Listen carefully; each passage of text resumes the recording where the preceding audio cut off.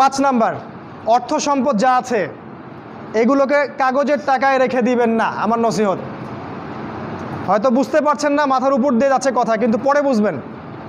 টাকা পয়সা যা আছে এগুলোকে ব্যাংকে কাগজের টাকার মধ্যে রেখে দিবেন না, কারণ কাগজের টাকা সামনে আর থাকবে না। লিখে রাখেন, কয়েক বছর পরে দেখতে পারবেন সমস্ত টাকা হয়ে যাবে ইলেকট্রনিক। খালি পাঠাবেন ইলেকট্রনিক মানি, মানে আপনি টাকা ধরতেও পারবেন না, পকেটে রাখতেও পারবেন না, খালি জানবেন আমার অ্যাকাউন্টে এত টাকা আছে। এই পুরো ব্যাংকিং সিস্টেমটা পড়ে যাবে, থাকবে না।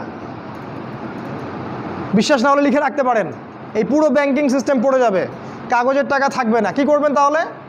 আপনি আপনার সম্পদটাকে সোনায় রূপান্তর করেন, কিছু সোনা করে রাখেন, জমায় রাখেন, রূপায় কনভার্ট করেন। এগুলোর দাম কখনো কমবে না।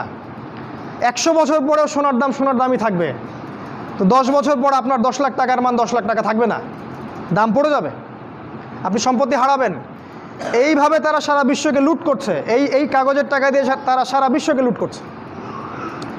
এটা বুঝবেন না, পরে বুঝবেন। আচ্ছা, শুনে রাখেন। আর কি করতে পারেন? গবাদি পশু ব্যবসা ইনভেস্ট করেন। আরেকটা কাজ করতে পারেন, জমি কিনে রাখতে পারেন, এটা ভালো জিনিস। এই জিনিসগুলোতে টাকা কনভার্ট করেন। শেষ জামানায় আপনার কাগজের টাকা থাকবে না, আপনি ক্ষতিগ্রস্ত হবেন। এখন টাকা যদি জমায় রাখেন, শেষ জামানায় আপনি ক্ষতিগ্রস্ত হবেন।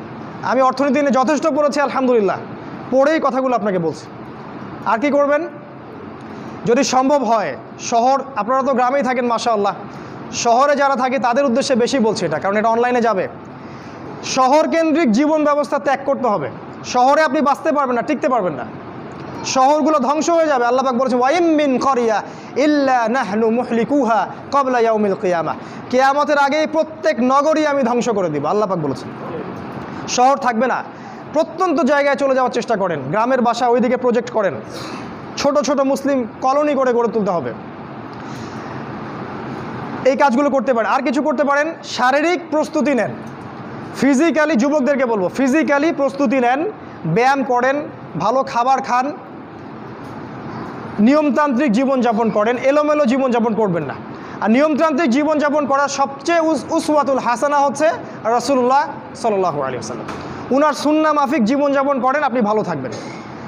কারণ সামনের দিনগুলোতে আরও ফিতনা বাড়বে, এবং আমাদের এই যুব সমাজের এবং তার পরবর্তী প্রজন্মের শারীরিক অবস্থাকে নষ্ট করে দেওয়ার জন্যে অগণিত খাবার বাজারে ছেড়ে দেওয়া হয়েছে, যেগুলোর মধ্য দিয়ে অসুস্থ হয়ে যাবে।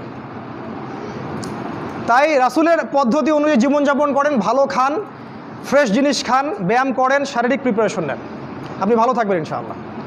এই কাজগুলো আপনাকে ইনশাআল্লাহ শেষ জামানায় বাঁচতে সাহায্য করবে। আর সর্বশেষ যেটা নাসিহা, সেটা হলো যে ইসলামের জন্যে, ইসলামকে ভালোবেসে, আপনার জান থাকলে জান দিয়ে, মাল থাকলে মাল দিয়ে, সময় থাকলে সময় দিয়ে, শ্রম দিতে পারেন শ্রম দিয়ে, বা মেধা আছে মেধা দিয়ে দিনের জন্য কিছু করেন, দিনের কোনো খেদমত করে যান। এই কাজগুলো পরকালে আপনার জন্য সদকায়ে জারিয়ার মাধ্যম হবে ইনশাআল্লাহ।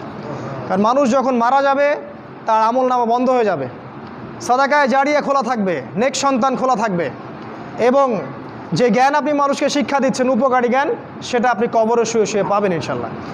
তাই ইসলামের জন্য আপনার জান, আপনার মাল, আপনার সময়, শ্রমগুলোকে ব্যয় করুন। আল্লাহ পাক আমাদের সবাইকে দিনের জন্য কাজ করার তৌফিক দান করুন, আল্লাহুম্মা আমিন। এবং শেষ জামানাকে বোঝার এবং পড়াশোনা করার তৌফিক দান করুন। সামনের দিনগুলোর জন্য প্রস্তুতি নেওয়ার তৌফিক দান করুন, এবং যেভাবে পদক্ষেপ নিলে আমরা সারভাইভ করতে পারবো, ভালো থাকবো, বা ফিতনামুক্ত পরিবেশে বেঁচে থাকতে পারবো, ঈমান আমল হেফাজত করতে পারবো, সেগুলো আল্লাহ পাক করার আমাদেরকে তৌফিক দান করুন, আল্লাহুম্মা আমিন।